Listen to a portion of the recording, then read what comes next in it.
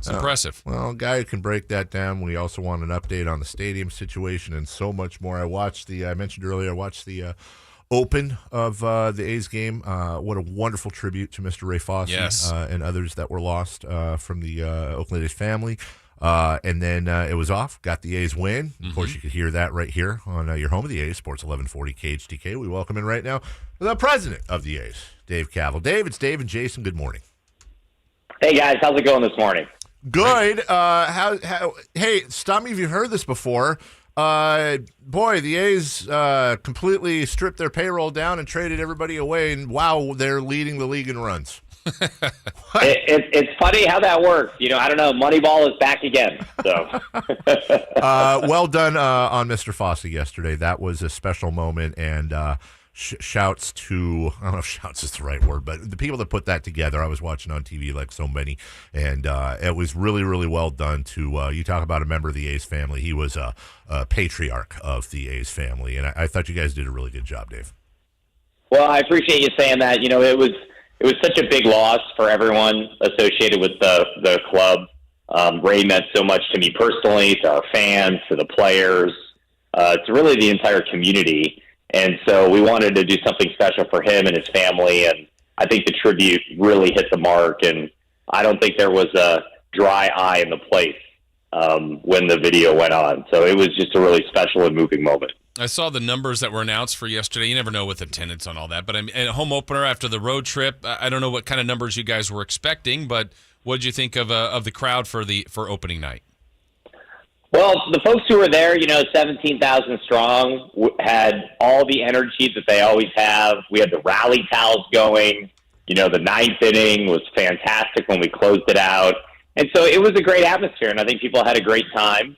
And I think more than anything, folks are starting to get excited about this dynamic young team and some of these new players like Pache, guys hitting inside the park home runs, and, players like Sean Murphy kind of emerging as a star. And so all those things I think are going to create a great narrative this season as we continue to build on the success of the early start. It's got to be tough, though. It really is. this ballpark thing carries on and on and on. And I don't know if it's purgatory. I don't know if it's limbo. I don't know what it is, but you got 1 3/4 feet. I think that's about accurate in Oakland. Quarter foot, whether it's Vegas or somewhere else. You say parallel paths, and it seems, Dave, like the stadium process marches on, and in most ways positive. Can you give us an update as to where we're at and how far these A's fans are, hopefully, from the finish line on this thing? Well, we remain on the parallel paths. We know it's challenging for everyone involved in both communities and our fans and players, and even in the league office. Just the uncertainty, especially how long this has been, is a challenge. But by the same token, in Oakland, we've never been closer to getting our new waterfront ballpark approved. And we got the environmental report done earlier this year and hope to have the economic deal done this summer. And at the same time, we have real opportunities and options in Las Vegas that are pretty exciting as well. And those might be needed because, it's been 25 years in the Bay Area trying to secure a new stadium, and we still don't have one. And so while that's a hard reality, it is something that I think we all have to kind of acknowledge and realize the most important thing is that a Major League Baseball team, the A's, the franchise, has a Major League stadium, and we are desperately running out of time to make that happen. So how much time, Dave, between you and the organization is spent on keeping what you have and trying to improve and keep the A's in Oakland, like you talked about with the waterfront property, but also the insurance of, hey, there may be a need in Vegas or other places? How much time is spent between those two entities of trying to keep the team here, but also covering your bases? You really just got to balance both efforts. I'm flying to Las Vegas today and spending 2 days there and meeting with, the last couple sites that we're looking at potentially acquiring, because we're getting very close to site selection. But, the last week I'd spent a tremendous amount of time with the mayor of Oakland and the city council members and the port commissioners. And so, we truly are on parallel paths, and we're spending resources and time and effort in both to see if we can achieve a positive result. Because we really, like I said earlier, we're in a stadium that's 10 years past its useful life. It's not competitive to draw fans the way other modern ballparks like, Oracle Park in San Francisco, or, the Chase Center that they just built, or what you guys have there in Sacramento with Golden One. That's what people expect these days with a modern fan-friendly facility.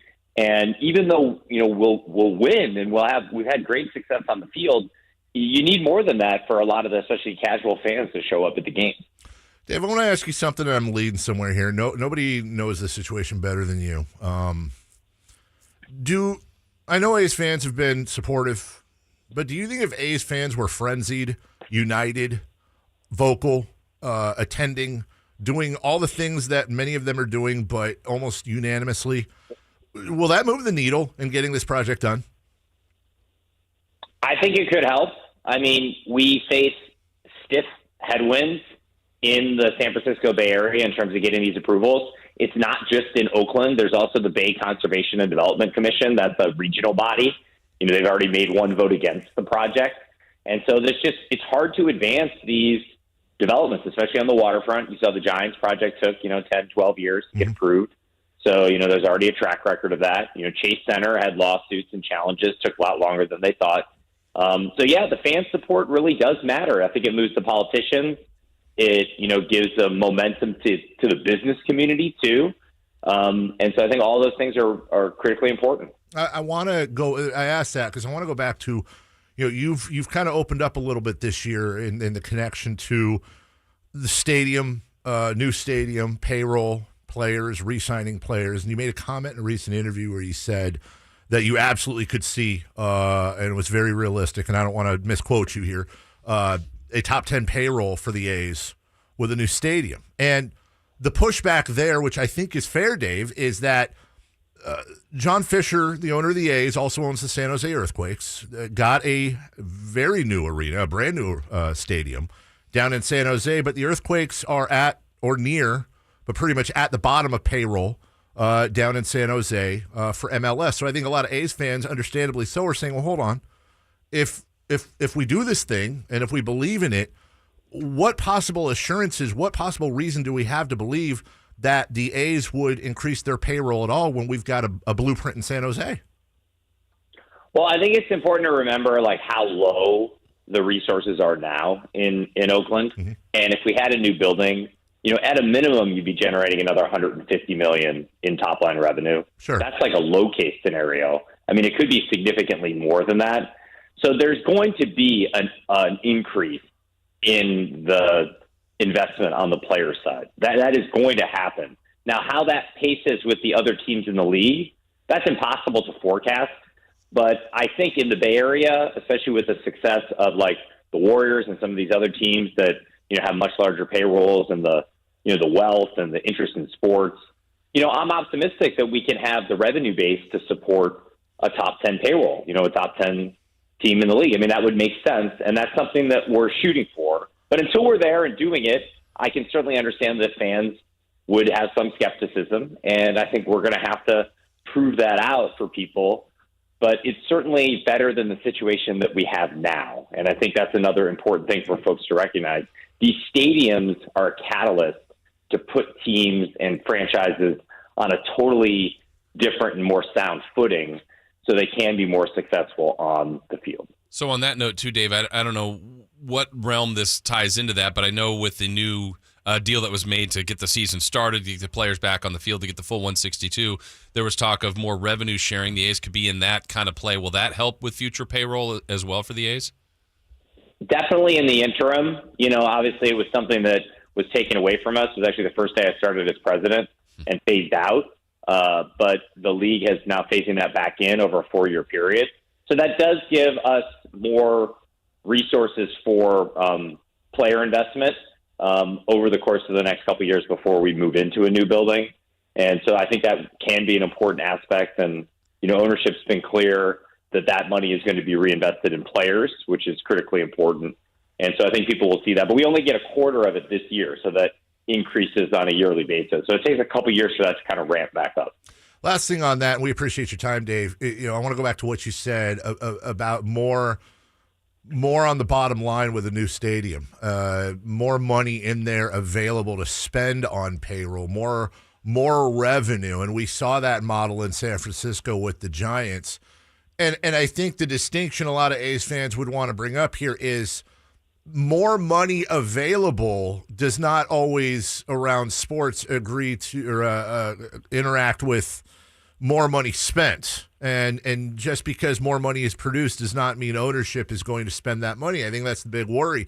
I don't want to talk strategy with you publicly, but I am curious in some dark room somewhere in the background, because of the massive distrust between a lot of A's fans and the establishment, both city and ownership, has there ever been a discussion about maybe making some commitments? If we get this stadium, we can absolutely, rather than blue sky it, say, we could do this, we could do that. We'll commit to spending X, Y, Z of baseball-related income on payroll. Is there anything more you think the A's can do to make the fans feel better that, yeah, the revenue will increase, we all know that, but also the spending will increase by a factor of X?